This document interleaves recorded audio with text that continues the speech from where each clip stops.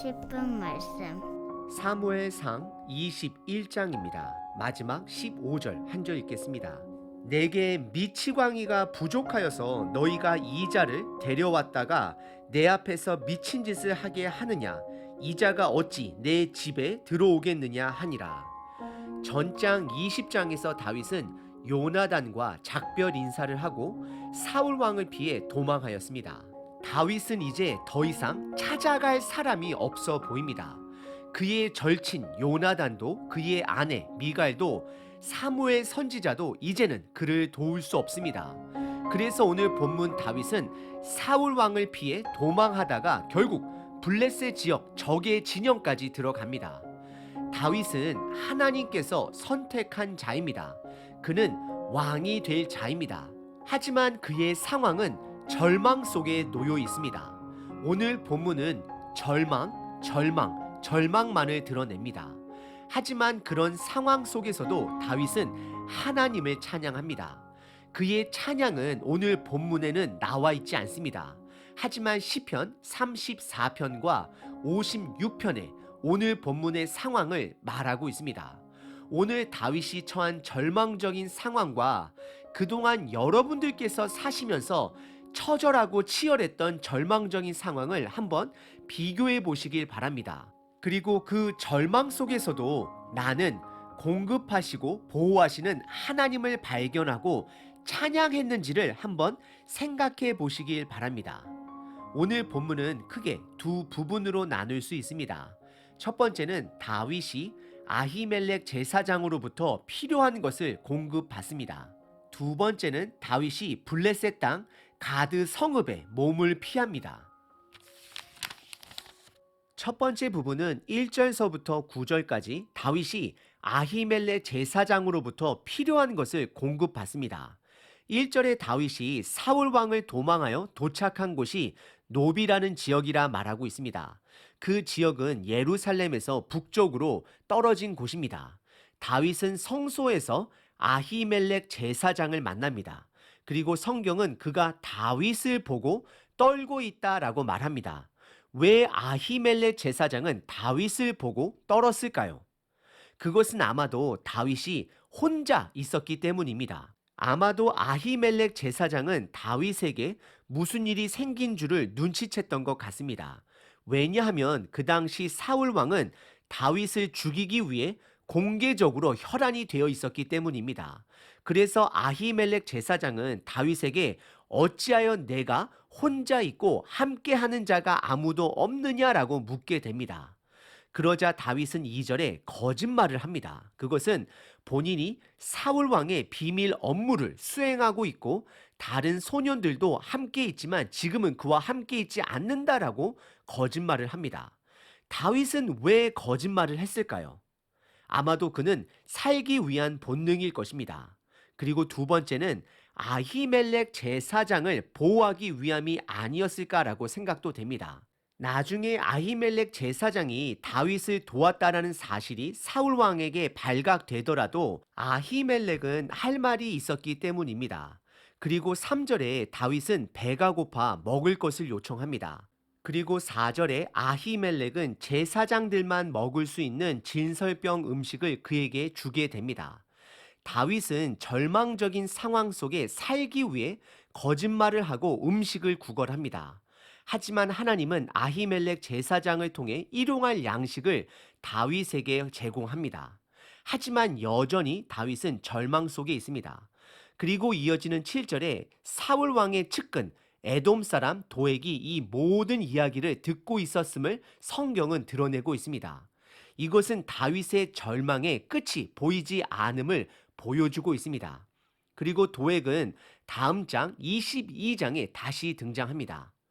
성경은 다시 8절에 다윗과 아히멜렉의 대화로 이어갑니다. 이번에는 다윗이 무기가 있는지 묻게 됩니다. 분명 아히멜렉은 이런 다윗의 모습을 이상하게 여겼을 것입니다. 사울 왕의 비밀 임무를 수행하는 자가 무기도 없다라는 것은 사실 말이 되지 않습니다. 목사가 설교하러 강대상에 올라가는데 성경책을 안 가지고 올라간 것입니다. 보험 판매원이 계약할 서류를 안 가지고 사람을 만나는 것과 동일한 것입니다. 아히멜렉은 다윗에게 그가 죽인 골리앗의 칼이 여기에 있음을 알려줍니다. 그리고 다윗은 그 칼보다 자기에게 필요한 것이 없다라고 고백하며 그 칼을 요청하고 받게 됩니다. 오늘 본문의 첫 번째 부분은 다윗의 절망 속에서도 아히멜렉을 통해 일용할 양식과 무기를 공급하는 내용을 살펴보고 있습니다. 여러분들은 어떻게 생각하시나요? 아히멜렉이 다윗의 어려운 처지를 눈치를 채고 도와준 것이라 생각하시나요? 분명한 것은 다윗에게 수상한 점 두 가지가 드러났다라는 것입니다. 혼자 있었다라는 것, 두 번째는 무기도 없었다라는 것. 지금 다윗은 살기 위해 본능적으로 살아내고 있습니다. 오늘 본문의 두 번째 부분은 10절서부터 15절까지 다윗이 사울 왕을 두려워하여 블레셋 땅 가드 성읍으로 몸을 피하는 이야기입니다. 10절에 다윗이 사울 왕을 두려워하여 가드 왕 아기스에게로 갔다라고 성경은 기록합니다. 아마도 다윗은 사울 왕의 적진영에 들어가 투항하려고 했던 것으로 보여집니다. 그래서 목숨만은 건지기 위해 본능적으로 행동했던 것 같습니다. 그만큼 사울 왕의 추격과 다윗이 얼마나 절박한 상황인지를 성경은 보여줍니다. 하지만 11절에 아기스의 신하들이 다윗을 보자 그를 이스라엘 땅의 왕으로 여깁니다. 왜냐하면 그들은 여인들의 노래를 들었기 때문입니다. 사울은 천천히요, 다윗은 만만을 죽였다라는 노래를 그들이 들었기 때문입니다. 그래서 12절에 다윗은 갑자기 가드왕 아기스를 심하게 두려워하기 시작합니다. 왜냐하면 다윗은 지금 적의 왕으로 간주되어 죽을 수 있기 때문입니다.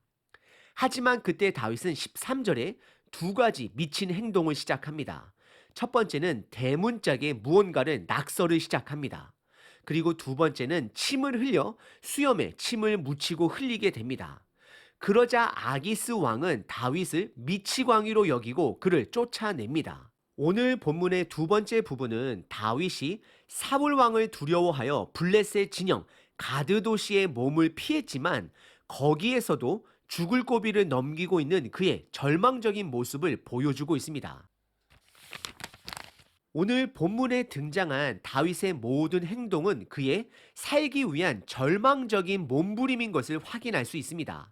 아히멜렉 제사장에게 한 거짓말, 그리고 블레셋 진영으로 몸을 피한 것, 그리고 상황이 불리해지자 아기스 왕 앞에서 미친 척한 행동들입니다. 하지만 그럼에도 불구하고 그는 음식과 무기를 공급받았고 블레셋 진영에서도 죽을 고비를 넘겼습니다. 이 모든 것은 하나님의 인도하심과 보호하심입니다. 그리고 시편 34편과 56편을 통해 오늘 본문에는 드러나지는 않지만 다윗의 중심의 마음을 엿볼 수가 있습니다. 시편 34편 1절서부터 10절입니다. 다윗이 아비멜렉 앞에서 미친 채 하다가 쫓겨나서 지은 시. 내가 여호와를 항상 송축하며 내 입술로 항상 주를 찬양하리이다. 내 영혼이 여호와를 자랑하리니 곤고한 자들이 이를 듣고 기뻐하리로다. 나와 함께 여호와를 광대하시다 하며 함께 그의 이름을 높이세. 내가 여호와께 간구하매 내게 응답하시고 내 모든 두려움에서 나를 건지셨도다. 그들이 주를 앙망하고 광채를 내었으니 그들의 얼굴은 부끄럽지 아니하리로다. 이 곤고한 자가 부르짖음에 여호와께서 들으시고 그의 모든 환난에서 구원하셨도다. 여호와의 천사가 주를 경외하는 자를 둘러 진치고 그들을 건지시는도다. 너희는 여호와의 선하심을 맛보아 알지어다. 그에게 피하는 자는 복이 있도다. 너희 성도들아 여호와를 경외하라. 그를 경외하는 자에게는 부족함이 없도다. 젊은 사자는 궁핍하여 줄일지라도 여호와를 찾는 자는 모든 좋은 것에 부족함이 없으리로다라고 다윗이 고백하고 있습니다. 그리고 이어서 56편에서도 여러분께서 살펴보시면 하나님만을 붙들고 있음을 확인할 수 있습니다. 여러분들은 절망 속에서 무엇을 붙들고 계시나요? 혹시 현재 절망 속에 계신가요? 최선을 다해 살아내시길 바랍니다. 그리고 다윗처럼 그 중심에는 하나님만을 붙드시길 바랍니다.